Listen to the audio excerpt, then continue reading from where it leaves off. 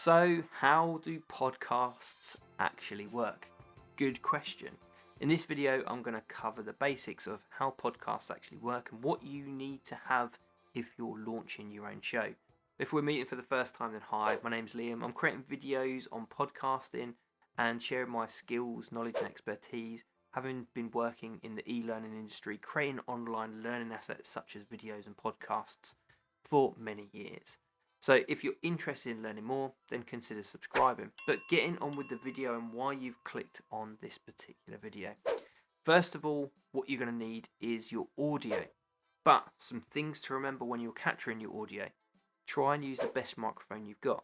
Now, if that only happens to be your smartphone headphones and you're just starting out, absolutely fine, not a problem. They seem to work quite well in my experience for a solo episode, that is.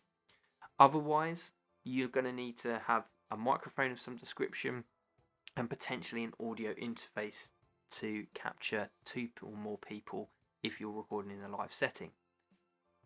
The second top tip I've got for recording is consider your recording space. If you're recording in a really large room with lots of echo, or even a smaller space but you know there's going to be lots of additional noise from your neighbours or the dustman coming to get the bins, then that's going to be picked up on your recording and it isn't going to sound too great. The second thing you need, if you've already got your audio recorded, so the voice clips that you've recorded, is potentially editing out any nervous ums, ers, or the start and stop, doing some light trimming. You can go quite high level into that, or just record the raw audio and be happy with that. But also any additional music that you might be interested in having for an intro and outro, or even just lightly underneath your episode. Now, if that is the case, don't forget that you're still going to need to follow the copyright laws. So it is really important that you find music that you're allowed to use.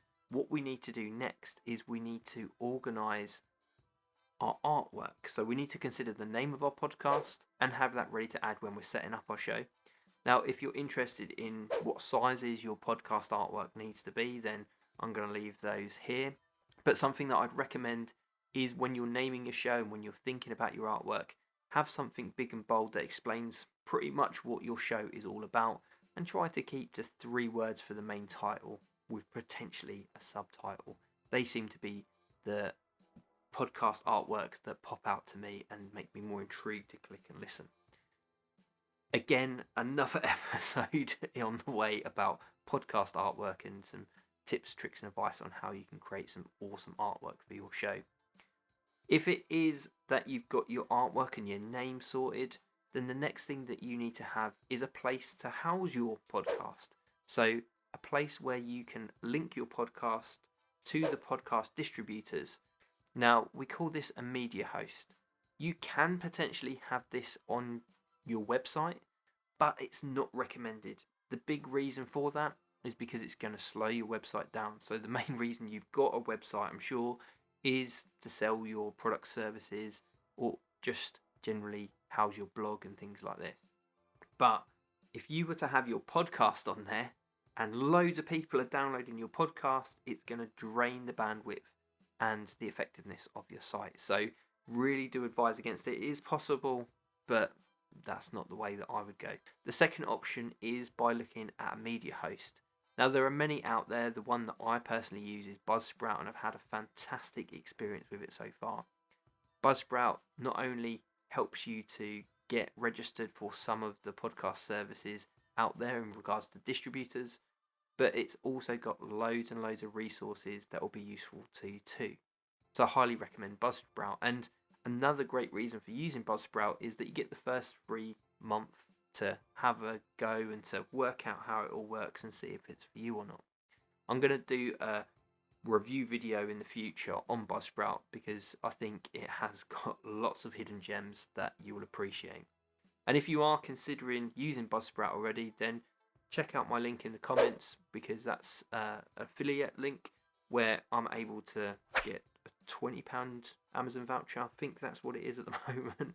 And you're also able to get one after 3 months of using the platform. So if it is that you've liked the show and you're considering doing a podcast, wanting to go with Buzzsprout, click on that link and we'll both get something from it.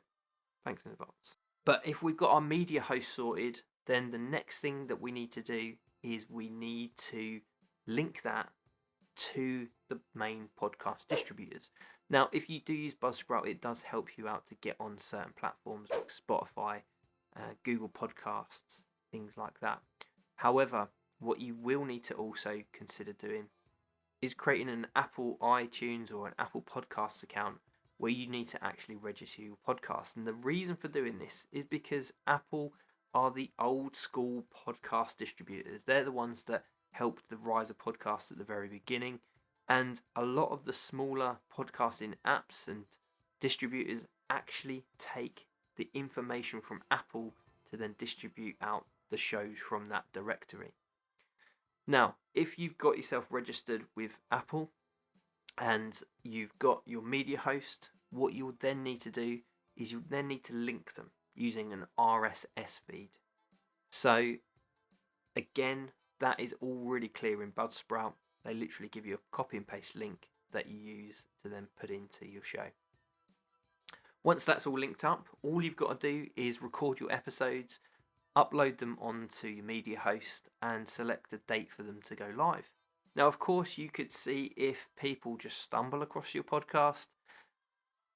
One other thing that you do need to consider is the promotion of it. So are you creating little video teasers? Are you creating a video alongside it where you can put it onto YouTube as a long form piece of content? Or are you using the transcript of your podcast to create blog posts, articles, even embedding your podcast into your website? Again, I'm going to go into that in much further detail in a later video.